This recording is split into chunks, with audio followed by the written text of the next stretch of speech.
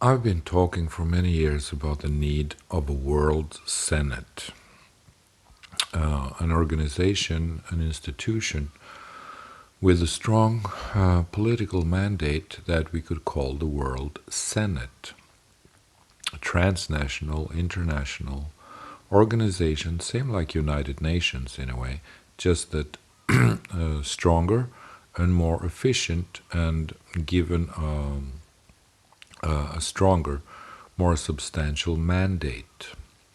The World Senate, really, now in the time of the Corona crisis, it becomes very obvious that a World Senate could be of very high value. It could be truly helpful. Because what do we have now? Well, we have the World Health Organization. The point is that we have to address the issues of leading institutions. Are they good enough? Are they serving their purpose?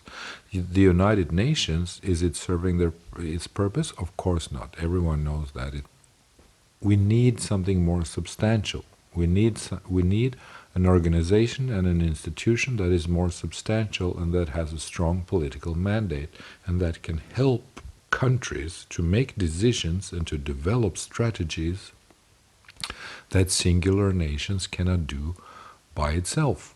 Because a singular nation doesn't have access to the best of science and to the best products and to the best information. Some singular nations do have high knowledge, do have high valuable resources, science resources needed to implement this knowledge and this information. Some resourceful countries do have that, like Russia, China, America, and Japan, South Korea. Some countries do have resources enough to implement their own knowledge based on science and in a way that actually leads to a strategy in society. It leads to strategic results. It leads to strategic change. But even the strong, resourceful nations do need a bigger umbrella of competence surrounding them. And that's where the World Senate should be. The World Senate should direct and instruct and feed and nourish the leadership in any singular nation. The World Senate should consist of the best scientists in the world, because people are a little bit confused about this. They just use the word science. Well, according to science. Well, there's so much mediocre science in the world. There's so much so-called science. There's so much bullshit science. There's so much science which is just a discourse. It's just a discourse of a certain way of relating to language games. It's founded upon the belief in the validity of thought. It's founded upon the belief in the validity of a certain scientific discourse, but it doesn't actually lead to new scientific results. It's not new, valuable knowledge about the nature of how things work. So what we need is the best. We need the best scientists, we need the best philosophers, we need the best poets, we need the best strategy developers. We need the best people who can develop concepts, information packages, strategies for improving attitude in the population, because no singular nation can do that. I'm from Norway, and to see the national response to the COVID-19 is like you're looking at a kindergarten, or a primary school. The political leadership is very unclear, confused. They don't know what they are going to do. They don't really know what they're going to advise the population. And they're not able to be clear in their messages because of the political landscape of everyone has to be so careful and respect the democratic rights of everyone and blah blah blah. And yeah, it took 5 months before Norway understood that it could be helpful to wear a face mask. I mean, it's because, oh no, we don't want you to change your life. We just have to be careful about COVID-19. We just have to be careful about Corona. What I mean is that with a transnational, supranational, in a way, international, strong organization like the World Senate, who is 10 times more knowledgeable than the World Health Organization, 10 times more knowledgeable and capable than the United Nations, because it's a powerhouse of the best people in the world. The World Senate should be constituted by 200 or 300 of the absolutely leading scientists, philosophers, and political strategists in the world. People who really know about how to relate to research and science, people who really do get results and who are able to develop packages and strategies for change of attitude in the population, so that people become more enlightened, more flexible, more supple in a way, so that it's more easy to change. It's you see, it's very striking the differences between Asian and Western countries during COVID-19. In some of the Asian countries, the government tells the people what they should do. It takes 3 minutes for the population to follow this advice. The same thing happens in Europe or in America. In Europe, it will take 1 week before the population, to a certain extent, follows the advice. In America, it's going to take 3 weeks or 1 month before the population accepts to evaluate the advice. I mean,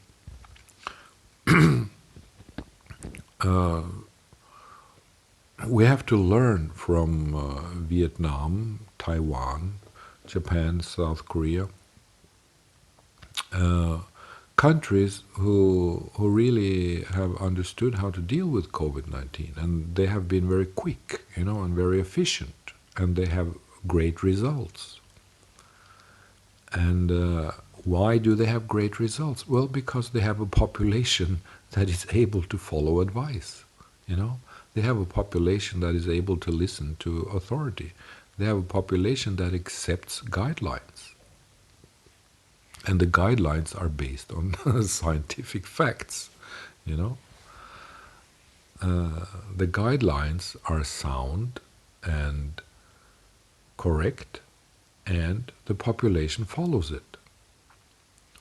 In Europe and in many Western countries and in Norway, the advice is not correct, and the population is not able to follow anything, because everyone is given the right to be their own master, to follow their own ego, to have their own right to their own thinking, to make their own judgments.